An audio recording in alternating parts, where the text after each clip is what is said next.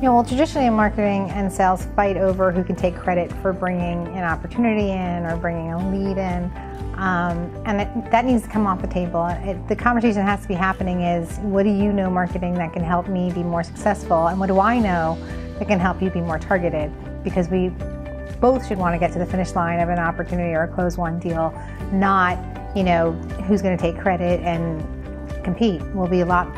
You end up being a lot more successful when it's an integrated, aligned approach rather than, two swim lane approaches and trying to fight over who gets credit.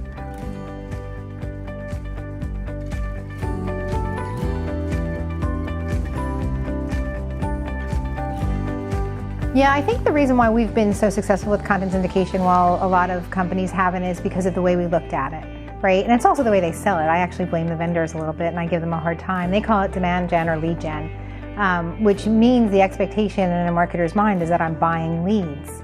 And what you're buying are people who read content.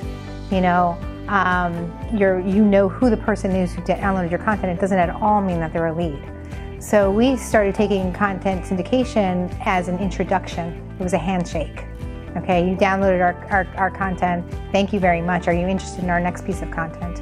And when we started working really hard at trying to engage rather than convert that account or that contact, that's where we really saw the lift in our conversion rates, because we were more concerned at being valuable to the reader than trying to get them over to our sales team really fast.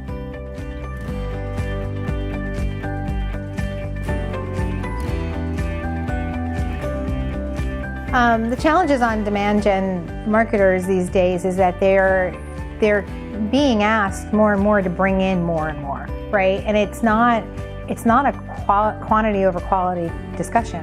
That should not be the discussion. Is how can you bring me in more quality deals? How can you? And I don't think when you say deals, it's sort of a misnomer, right? Because marketing people don't bring in deals. Salespeople do.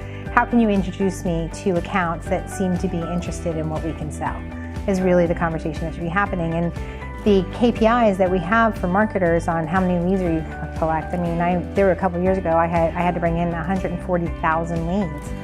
Well, that was great, but not much was coming out the bottom of the funnel, and it doesn't become scalable because you keep upping your lead gen budget and you keep collecting, whatever it is, the $25 a lead, but it's not at all helping the company and it's not at all efficient. So when you have those conversations, and they're really hard conversations because there's more traditional marketers than there are modern thinking marketers out there. So you're most likely reporting to a traditional marketer. But that conversation that you should be having is, how am I going to influence more opportunities rather than how am I going to bring you more leads? And that comes through very intelligently targeting the right accounts with the right message, with the right content at the right time, and not being a spam machine and not just throwing ads out there and spraying and praying somebody's going to look at it and come to your website. Those are all kind of ridiculous anyway, but that's how we've behaved for so long, So the conversation has to change from how am I going to affect the business, not how many leads can I bring in.